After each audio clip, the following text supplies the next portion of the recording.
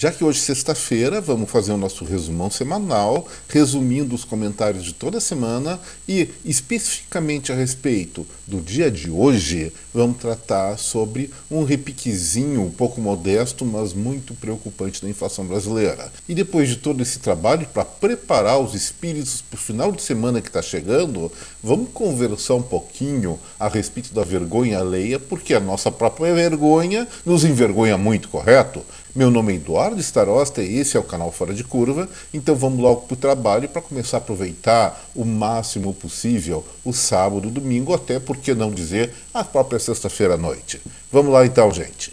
Começando então o resumão semanal, na segunda-feira, além do quadro que vem por aí, nós trabalhamos com duas informações fundamentais. Em primeiro lugar, o IGPDI, que é o Índice Geral de Preços e Disponibilidade Interna da Fundação Getúlio Vargas, foi divulgado, mede a inflação não só dos preços ao consumidor, mas também do atacado e da construção civil, do início ao final do mês de abril, chegou com um percentual meio estranho, foi uma deflação superior a 1%, mas dentro do índice mostrava o quê? Que essa deflação era causada basicamente pelos preços por atacado, enquanto os preços ao consumidor tinham uma inflação ainda bem relevante. Nós analisamos aqueles dados e realmente identificamos um potencial início de recessão no Brasil a partir de abril. Os indicadores de produção vão confirmar ou vão refutar isso que eu estou falando aqui ou que eu falei na segunda-feira. O segundo assunto tem a ver também com recessão, que é a brutal queda de venda de veículos novos aqui no Brasil. E expliquei naquele momento o que está acontecendo nesse setor. Tem a questão da recessão, em parte é juros altos, mas as montadoras elas têm seus bancos próprios e é comum, quando a Selic está muito elevada, elas subsidiarem os carros ou venderem os carros parcelados com juros menores pelos próprios bancos, mas essencialmente ou principalmente o problema está no fato de que o preço do carro zero no Brasil está muito alto. Nos últimos 5 anos, o preço real dos veículos, em média, subiu mais de 40%. Isso é muito. E realmente, uma situação dessas folha uma bolha que, evidentemente, um dia tem que estourar e estourou. As vendas caíram e, ainda mais com a chegada de novas montadoras no Brasil, especialmente as chinesas, o escoamento desses veículos estocados só vai efetivamente ocorrer de maneira relevante baixando o preço, e acredito que isso deva acontecer no médio prazo. Na terça-feira também foram 2 assuntos. O primeiro, nós estamos observando uma super safra no Brasil, parece que vai superar 14% de crescimento em relação ao ano passado, mas, em contraposição a isso, nós estamos observando uma brutal queda do preço internacional dos principais produtos agropecuários exportados pelo nosso país. E isso é um fenômeno global, gente. O que eu expliquei naquele vídeo é que os países, especialmente os mais sensíveis em termos de abastecimento alimentar, eles estão começando a se proteger mais depois do efeito pandemia, que pegou todo mundo no contrapé, incentivando a produção local. E isso deve gerar 2 coisas. Primeiro, uma redução de médio e longo prazo do acesso brasileiro a vários dos mercados, especialmente europeu, como já era uma tradição há alguns anos atrás. E, em segundo lugar, novas técnicas que estão sendo desenvolvidas, especialmente nos Países Baixos e em Israel, devem ser difundidas no sentido de produzir mais em menor espaço, com maior produtividade. Chama-se isso de superprodutividade, que gradativamente vai se tornar uma realidade cada vez mais importante no abastecimento alimentar, incluindo aí o setor de carnes feitas em laboratório, não na nossa tradicional pecuária. Já existem filé de peixe de robalo vendido no mercado, feito por impressora 3D. Empresas brasileiras como a JBS possuem indústrias, laboratórios na Espanha, pesquisando e já produzindo carne, hambúrguer em 3D também, em laboratório, através de células-tronco, não sei como é que funciona esse processo. Enfim, isso é uma realidade que deve estar muito presente nas entidades de apoio competitivo da agricultura brasileira, Embrapa, Senar e várias outras, porque isso vai mudar o nosso futuro, não sei se nos próximos 3, mas a partir de 5 anos adiante, essa é uma nova realidade que vai se tornar cada vez mais importante de forma relevante. Também na terça-feira eu tratei de um tema que eu tenho insistido muito nas últimas semanas, que é o tal do PL 2630, que falam das fake news, mas eu chamo de PL da censura, o Cala a Boca Brasil, e já que o projeto do governo provavelmente iria ser derrotado na Câmara dos Deputados, o presidente da instituição retirou a votação de pauta, que era emergentíssima, não sei como é que se chama, para o governo ter a possibilidade de negociar uma reversão dessa minoria que teria na votação desse PL. Mas, paralelamente a essa vergonha, eu acho isso uma vergonha pessoalmente, alguns deputados que iriam votar contra o PL do Cala a Boca Brasil estão fazendo uma negociação para tirar desse projeto de lei algumas partes e fazer um PLzinho objetivando beneficiar as empresas de comunicação mais tradicionais do Brasil, como Globo, como Folha de São Paulo, Estadão, Band, no sentido de que as Big Techs, ou as empresas de internet que divulgarem os conteúdos dessas empresas jornalísticas, vão ter que pagar para elas. Segundo essa metodologia, ou essa proposta metodológica de regulação, só a Globo receberia a bagatela de 300 milhões de reais por ano. Isso é um absurdo. Essas empresas como Google, como Facebook, ou Meta e outras, Twitter, já estão preparando a sua reação, já tiveram experiências nesse sentido em Canadá e Austrália e simplesmente proibiram essas grandes empresas jornalísticas que querem tirar o dinheiro deles de divulgar as suas notícias nos portais que eles mantêm. Isso aí sim deve dar uma confusãozinha, mas o importante, gente, é que no mundo atual, ou no Brasil atual, nós não precisamos mais de Globo, Estadão, Folha. Eles são importantes sim, mas não são necessários para que nós estejamos bem informados. Até porque muitas vezes vários desses veículos carregam um forte grau de desinformação por conta dos seus interesses privados. Já na quarta-feira tivemos 4 assuntos, foi um fora de curva bem movimentado.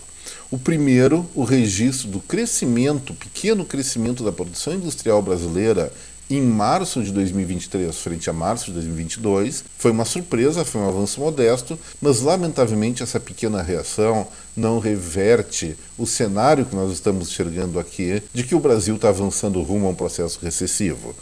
O segundo ponto, até um elogio ao Ministério de Desenvolvimento, Indústria, Comércio e Serviços do governo federal, eles tiveram a lucidez de reduzir para zero o imposto de importação de vários produtos que são normalmente comprados do exterior das indústrias brasileiras, chamados bens de capital. Além de dar parabéns a essa ação de governo, eu defendi a tese que eu venho conversando há muito tempo aqui no canal, que é de realmente partir para uma redução generalizada de impostos de importação no Brasil, não só para as indústrias, mas para o consumidor final também, como forma de proporcionar, de presentear a própria indústria com a necessidade dela se tornar mais competitiva, não só aqui dentro do Brasil, mas também em termos de mercado mundial. Porque indústria protegida é indústria fracassada, indústria ineficiente, e acho que ninguém quer isso para o nosso país, a não ser quem quer se acomodar em produzir produtos de mais baixa qualidade por conta dessas defesas, a meu ver, absurdas de mercado. O terceiro assunto da quarta-feira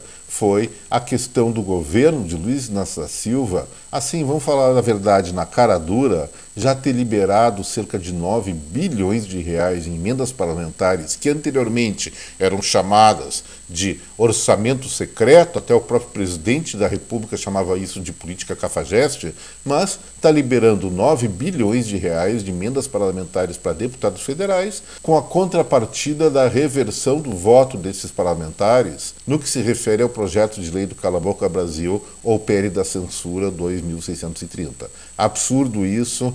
Mais absurdo são os deputados que aceitarem essa condição de terem seu voto em questão tão fundamental assim comprados. Esses jamais deveriam ser reeleitos ou então jamais deveriam ter mandatos. Mas o eleitor é soberano, pode colocar qualquer porcaria no Congresso, isso faz parte da democracia brasileira, mas dá pena, né?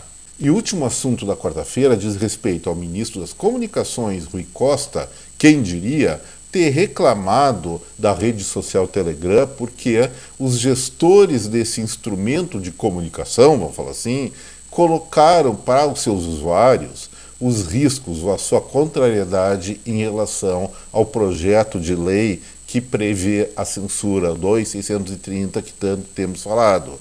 E aí ele começou dizendo que isso não podia, isso era errado fazer. Espera aí, gente. Eu refleti naquele momento que o período da censura não foi aprovado, então não existe censura, pelo menos oficialmente aqui no Brasil. Então vamos jogar uns tomates virtuais na cara desse ministro das Comunicações. Como que o ministro de Comunicações argumenta a favor da censura, sendo a censura, pelo menos, ainda ilegal aqui no nosso país? Absurdo, né? Vinhetas da fauna brasileira.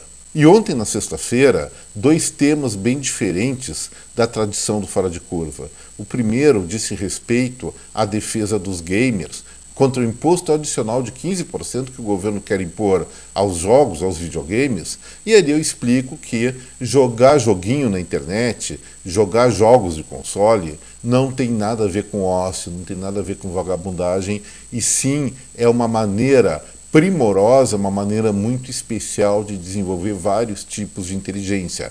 E quem disse isso não fui eu, foram neurologistas, neurocirurgiões que estudaram melhor esse assunto, e tratar os jogadores de videogame como vagabundos ou penalizando eles com tributos originalmente que vão ser usados para penalizar ou taxar sites de aposta é realmente um absurdo. E ali eu me pronunciei completamente contrário, ressaltando que a inteligência brasileira, grande parte dela no futuro, vai ser originária, as coisas boas que vão sair dela, desses gamers de hoje. O segundo assunto do Fora de Curva de ontem, encerrando essa fase de retrospectiva, foi uma invenção, não uma invenção, mas uma descoberta, uma pesquisa feita pela Universidade da Califórnia, nos Estados Unidos, a respeito de uns levedos, de uns fungos, não sei como é que se chama direito, que simplesmente estão dando o caminho para a ciência reduzir o envelhecimento das células das pessoas, o envelhecimento das pessoas, vamos falar assim, em 83%. Isso, se for conquistado, isso se virar remédio ou terapia genética para nós humanos, vai ser um grande avanço em termos de esticar a longevidade das pessoas. Pessoalmente, eu acho isso excelente, muito bom. E hoje o tema da nossa sexta-feira, como antecipei na abertura desse vídeo, diz respeito à inflação brasileira, que foi divulgada hoje pelo IBGE, o IPCA, a inflação oficial do nosso país, referente ao mês de abril fechado. Ela bateu em 0,57%, um pouco acima do IPCA 15, mas por outro lado abaixo da inflação de março de 0,71%. Entretanto, nós estamos vivendo uma situação preocupante em termos de alta de preços. Vamos lembrar que nos últimos dados de preços ao consumidor, a inflação estava centrada em alguns aspectos específicos. Em fevereiro foi reajuste de tarifas escolares, depois veio a questão da alta do preço dos combustíveis em março, e agora, em abril, não existe uma pressão específica de algum setor, de algum grupo de consumo do mercado. Trata-se de uma alta generalizada. Por exemplo, no ramo da alimentação, no grupo de alimentação, que no mês passado nós tivemos uma inflaçãozinha praticamente zero, de 0,04%, e que se manteve no IPCA 15 de abril, no IPCA fechado do mês passado subiu para 0,71%. Esse é o item de consumo mais importante brasileiro. E 0,71% na comida, no momento em que não há notícias de estiagem, enchente, e a super safra brasileira está sendo colhida, então preço da soja, preço do milho, preço da carne, tudo com tendência de baixa, é uma coisa estranha, uma coisa que nos faz abrir o olho, porque não é natural. Tem algum efeito externo sobre o mercado de alimentos que está pressionando preços, e eu acredito que isso seja exatamente o que aconteceu a partir de fevereiro, os reflexos da alta dos combustíveis em fevereiro, que lembro, vai subir novamente em junho pela reintrodução de um ICMS mais elevado por conta da maior parte dos governos estaduais. E isso vai ser lamentável. Outros segmentos que tiveram uma inflação acima do que era esperado, acima dos padrões dos últimos meses. Setor de habitação, 0,48%, saúde e cuidados pessoais, 1,49%, e até o ramo de transportes, em abril, eu esperava ter uma queda, mas teve uma alta de 0,56%, ainda como reflexo de um processo de alta do preço dos combustíveis aqui no Brasil pela elevação tributária, mesmo que no mercado internacional o preço do petróleo esteja em queda. É uma situação preocupante, isso significa, como eu falei na introdução desse assunto, uma inflação se disseminando. E inflação se disseminando proíbe o quê? Mexendo os juros para baixo. Essa alta que nós tivemos em abril de 0,61%, se for projetada para 12 meses, aí nós temos uma ideia de inflação anual, essa inflação de 0,61% que nós tivemos fechado em abril, se projetado para 12 meses, para o ano inteiro, vai dar uma alta de preços de 7,57%. E isso é algo proibitivo, uma inflação que excede muito as metas estabelecidas pelas autoridades monetárias de no máximo 4,5%, e por conta disso, podemos tirar o cavalinho da chuva. Não existe argumento razoável que force o Banco Central a reduzir a taxa Selic. Só vai reduzir no momento que os índices de preço, a alta da inflação do IPCA, ficar abaixo de 0,35%, pelo menos por 3 meses. Não acontecendo isso, vamos ter que conviver por mais tempo com a Selic, nesses famigerados 13,75%, e todo o efeito perverso que isso faz na economia. Mas, eventualmente, pensar, não, a gente vai reduzir juros para ativar a economia, até é verdade. Mas junto com isso, se isso acontecer, espero que não aconteça, pode vir ou vai vir uma situação muito mais dramática, muito pior e muito mais deteriorante para o Brasil, que é a volta de uma inflação elevada, talvez uma hiperinflação, como está acontecendo na Argentina e na Venezuela. Mas agora, encerrando essa parte do Fora de Curva, vamos partir para as nossas crônicas semanais. E, como prometi no início desse vídeo, o tema central é vergonha alheia. Você já passou uma vergonha muito grande na sua vida? A última que eu passei pessoalmente foi uma vergonha muito vergonhosa. Minha filha, agora com 15 anos, devia ter uns 10, 11 anos, foi ainda um pouquinho antes da pandemia, nós fomos num parque de águas perto do município, do grandioso município balneário gaúcho de Capão da Canoa. Chegando lá, ela foi entrar numa piscina infantil, chamou o pai, vem aqui brincar comigo. E é lógico que um pai desses não ia deixar de brincar com a sua filhinha. Entrei na piscina sem reparar que o chão da piscina, o piso da piscina, ele estava completamente liso, completamente engordurado. Resultado, eu tomei um tombo, um escorregão, e a minha perna direita fez um ângulo praticamente de 180 graus. E no momento que eu estava caindo na água, a minha filha ainda berrou: pai, tu fez um espacato. Foi uma risada geral no parque de águas, tive que aguentar isso, mas ainda pior foi a dor que eu senti. Eu tive rompimento de tendão, uma série de coisas. Fiquei alguns meses andando de muleta por conta de uma piscina com muito limo, ou talvez seja excesso de bronzeador das pessoas que iam para lá, que ficava depositada no piso do recipiente de água que me fez cair vergonhosamente. Gente, mas pelo menos isso faz muito tempo, algumas pessoas que eu não conheço devem recordar disso, que riram muito da minha cara naquele momento, apesar da minha dor enorme, mas não sou o único a sofrer esses acidentes ridículos que nos tornam figuras folclóricas do mundo. Olha só o que aconteceu com o presidente do Chile há alguns dias atrás. O senhor Gabriel Boric, com uma certa nostalgia da infância, resolveu dar uma de João sem braço e andar num tobogã infantil. Será que ele caiu do tobogã? Aí você me lembra que uma vez eu caí do tobogã, mas há muitos, muitos anos atrás. Mas será que o presidente do Chile foi derrubado por um tobogã? Nada disso. Muito pior.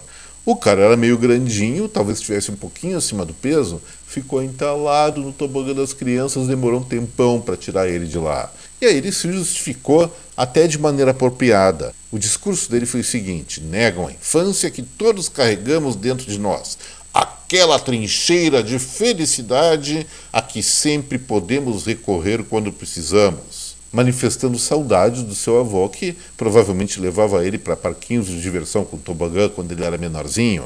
Mas mesmo assim, por mais bonita que tenha sido a justificativa do presidente chileno, é uma vergonha uma autoridade máxima de um país fica preso num tobogã infantil. Concordam ou não comigo?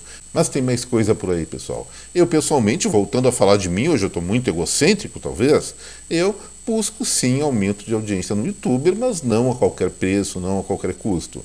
Tem um cara chamado Rômulo Felipe Freire, um sujeito já nos seus 47 anos, então maduro, não tem mais o direito, pelo menos publicamente, de fazer criancices absurdas, mas o cara fez. Ele é um barbeiro que mora na zona oeste do Rio de Janeiro e queria bombar no YouTube. E criou o que na sua casa? Um estúdio ambientado como se fosse a cela de uma prisão.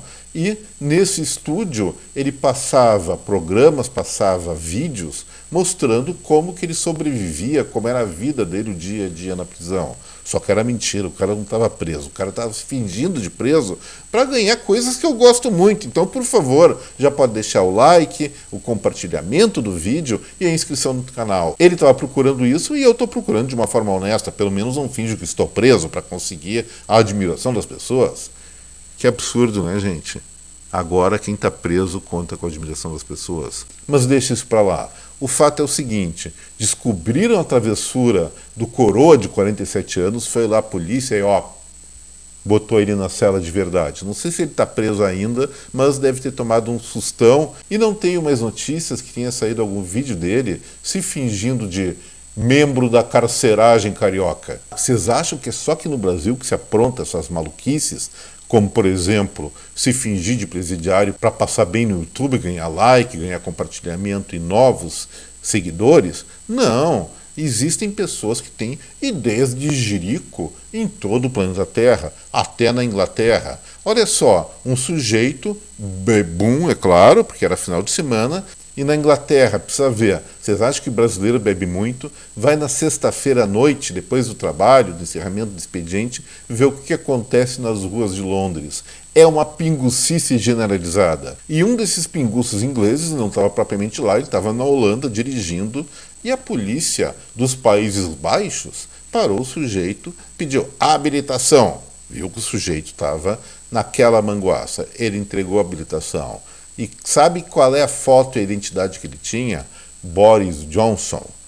Para quem não se lembra, Boris Johnson, até o ano passado, era o primeiro-ministro das terras da Rainha Elizabeth, que agora já foi, que Deus a tenha, do rei Charles II, ou terceiro, não sei quantos Charles, tem muito Charles por lá, mas o sujeito foi preso por ter se identificado como um ex-premier britânico em outro país. Que crime será que dá isso, hein? Nem imagino, mas realmente deve ter passado uma vergonha. A Inglaterra passou uma vergonha por conta desse pinguço completamente maluco. Ah, e o documento que ele estava portando antes de encerrar o Fora de Curva, vai ver que ele acredita naquela tecnologia de redução do envelhecimento das próprias células. Porque o vencimento da carteira de motorista dele valia, ou vale ainda, não sei, até dezembro do ano de 3000.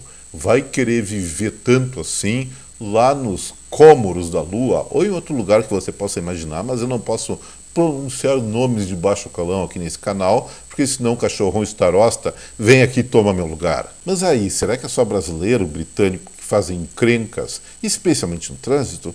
Nada disso. Tem duas histórias que eu vou contar agora para encerrar o Fora de Curva de hoje. E antes disso, para que eu não me finja ser um presidiário para ganhar mais like e compartilhamento e inscrição no canal, faça isso aqui para apoiar o Eduardo Starosta do Fora de Curva, por favor. Mas vamos para os nossos assuntos finais do vídeo de hoje, gente. Uma mulher da Coreia do Sul, o nomezinho dela é Cha Sa-son, tem 69 anos e tinha uma grande frustração.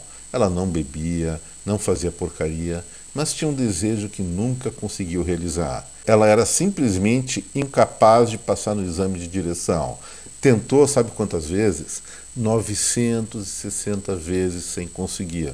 Gastou em reais, em torno de 70 mil reais só nesses testezinhos. Já era bem conhecida no departamento de trânsito sul-coreano, até que na vez 961 ela foi lá fazer o teste e conseguiu. A Coreia do Sul toda entrou em festa para homenagear essa moça, ou essa senhora de 69 anos, que teve seu sonho realizado. Mas pessoalmente, eu estou pensando agora, se um dia eu for para aquele país, tem muita curiosidade de conhecer, eu vou tomar todo o cuidado na rua, para ver se não vejo alguma motorista um tanto quanto inapta para o uso do volante circulando na rua ou próximo a mim, porque mesmo tirando a carteira eu não tenho dúvidas que a Cha Sa-son, apesar de todos os seus esforços, seus méritos, a persistência, deve ser uma barbeira, uma maneta de primeira qualidade. Então cuidado quando forem passear na Coreia, especialmente na hora de atravessar a rua. Mas aí, se a nossa amiga sul-coreana teve a persistência de tentar 961 vezes para tirar a carteira, tem gente até muito da religiosa que não está nem aí para a segurança no trânsito. Olha só o que aconteceu recentemente na Polônia. O nome da cidade é complicado, até vou ter que botar óculos para ver. Eu sou um míope, um pouco enrustido ainda, então deixa eu colocar meus óculos para conseguir ler o nome da cidade polonesa para vocês. O nome é Olsztyn. Nome mais estranho esse, mas é uma freira que mora nessa cidade e resolveu dar uma voltinha de carro. O que aconteceu? Ela pegou o veículo na maior das manguaças e causou um acidente a partir da bebedeira pela qual estava passando. E agora está acabando a bateria, tem que trocar essa bateria do computador, então vamos concluir logo essa história para encerrar o Fora de Curva. Ela, ainda dentro desse contexto, quando viu uma freira presa, embriagada por causar um acidente de carro, resolveu tentar convencer uma amiga a assumir a culpa dela. Pode isso? Pode? Não, não pode. Coitada dessa freira que realmente deve estar pagando um monte de penitência no convento ou junto ao padre da paróquia a qual ela pertence. Então, a moral da história é a seguinte: não dirijam bêbados, especialmente se estiverem bêbados e dirigindo, não carreguem hábitos de freira no próprio corpo, que isso é muito, muito feio. Pessoal, aproveitem muito bem o final de semana. Eu estou encerrando agora o Fora de Curva. Não esqueça, como eu falei, do like, do compartilhamento, da inscrição para quem não é inscrito. Então, um excelente sábado, domingo para cada um de vocês. Descansem bem, porque, como nós já sabemos, segunda-feira não é feriado, então vão ter que voltar à labuta com as baterias recarregadas e prontos para enfrentar o que vem por aí da próxima semana. Um abraço a cada um de vocês. Deixo aqui meu até breve. Tchau, pessoal. De novo, bom final de semana.